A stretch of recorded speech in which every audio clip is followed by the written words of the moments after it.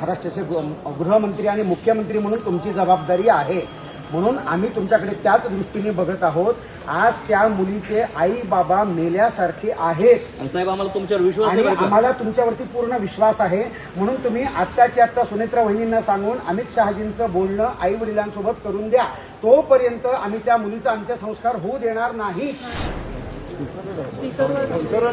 दोन मिनिटं शांत राहा. हॅलो, नमस्कार साहेब. नमस्कार. आमची अशी इच्छा आहे की ज्या मुलीवरती हा अत्याचार झालेला आहे त्या मुलीच्या आई वडिलांसोबत आपल्या भारताचे केंद्रीय मंत्री अमित शहाजी यांनी त्यांच्याशी बोलून त्यांच्याकडून आम्हाला आश्वासन पाहिजे. तुम्ही तो पाठपुरावा करावा. म्हणून महाराष्ट्राचे गृहमंत्री आणि मुख्यमंत्री म्हणून तुमची जबाबदारी आहे. म्हणून आम्ही तुमच्याकडे त्याच दृष्टीने बघत आहोत. आज त्या मुलीचे आई बाबा मेल्यासारखे आहेत. साहेब, आम्हाला तुमच्यावर विश्वास आणि आहे. आम्हाला तुमच्यावरती पूर्ण विश्वास आहे. म्हणून तुम्ही आत्ताच्या आत्ता सुनेत्रा वहिनींना सांगून अमित शहाजींचं बोलणं आई वडिलांसोबत करून द्या. तोपर्यंत आम्ही त्या मुलीचा अंत्यसंस्कार होऊ देणार नाही.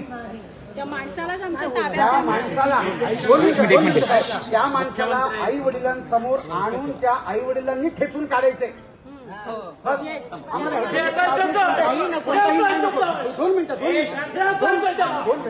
दोन मिनिटं साहेब. आणि 2 मिनिटं मला सांगा. फास्ट ट्रॅक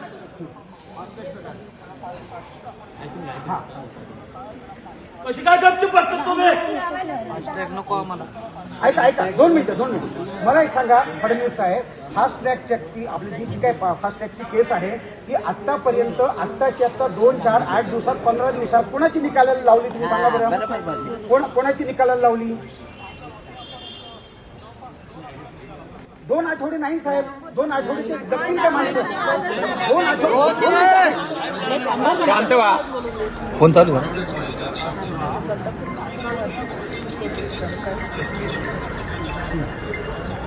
बरं ऐका. नाही बरोबर. बरं, आम्हाला भरपूर बोलायचं नाही. पण मला एक सांगा, जर न्याय व्यवस्थेने जर त्याला 2-4 शिक्षामध्ये जर त्याला बाहेर काढलं जेलच्या आणि तो मस्त मोकाट फिरतोय आणि असे बलात्कार करत फिरतोय, मग न्याय व्यवस्था तेव्हा काय झाली होती? तेव्हा तुम्ही म्हटले का त्यांना कायदा वगैरे हातात घेतला नाही घेतला? हा बर. साहेब, तुमच्यावर विश्वास आहे बरं का पूर्ण. सुनेत्रा वहिनींना सांगा की जोपर्यंत त्या आई वडिलांना अमित शहाजी केंद्रीय गृहमंत्री म्हणून 2 मिनिट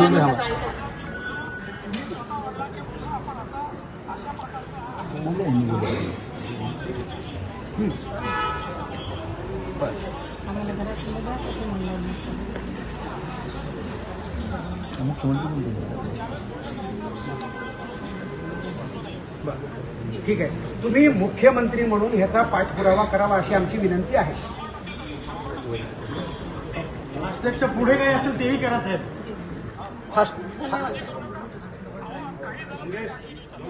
बस आमच्या समोर आम्हाला फाशी बघायची त्याची. आणि फक्त ह्या केस बद्दल नाही, पुढे सुद्धा स्त्रियांना चांगलं संरक्षण त्याच्यानंतर शोधल्यानंतर अशी घटना घडू द्या की सगळ्यांची फाटली पाहिजे. पुढे अशा घटना घडणार नाही अशीच शिक्षा व्हायला पाहिजे. मागे हो मागे.